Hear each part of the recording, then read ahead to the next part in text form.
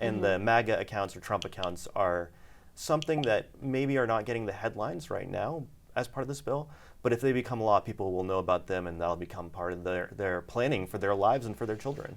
Welcome to The Debrief. We talk with the Washington Examiner's top journalists about the headlines they're covering and where the story is going next. I'm Sarah Bedford, and I'm here with policy editor Joe Lawler. Joe, last night was a late night for our Hill team. This one big, beautiful bill finally got over the finish line in the House. What allowed that to happen?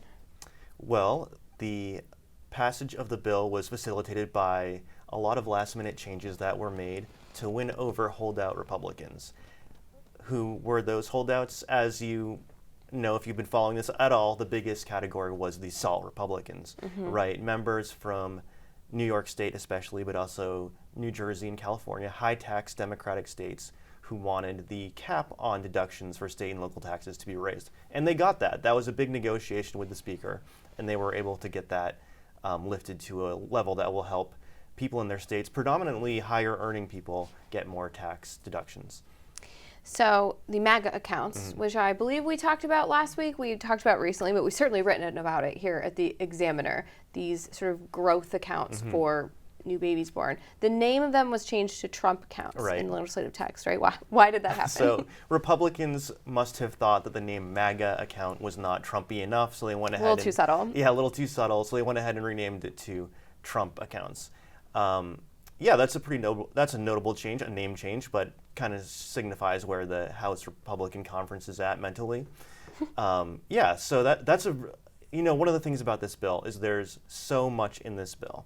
There's so many big provisions that we're going to learn about and that are going to affect people's lives in the years to come if this actually gets enacted. And the MAGA accounts or Trump accounts are something that maybe are not getting the headlines right now as part of this bill, but if they become law, people will know about them and that'll become part of their planning for their lives and for their children.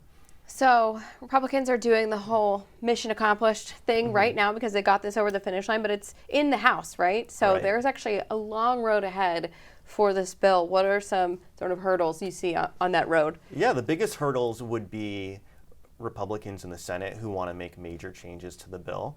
Traditionally, we've seen that the Senate often takes the driver's seat on these major bills because each senator has so much influence and ability to shape legislation.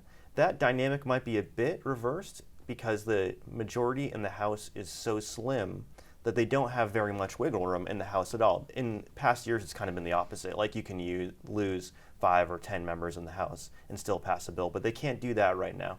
So the Senate might be a bit more constrained than they have been in the past in terms of making big changes to the bill.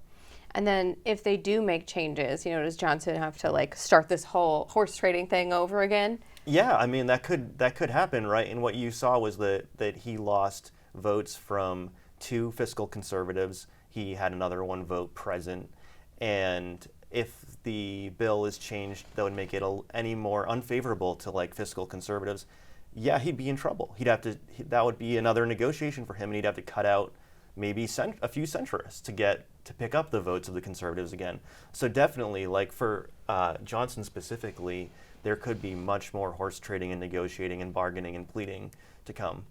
Well, Joe, hope you got some sleep last night, get some rest over the Memorial Day weekend. Thanks for being here. You can get more writing from Joe and the rest of the policy team at washingtonexaminer.com.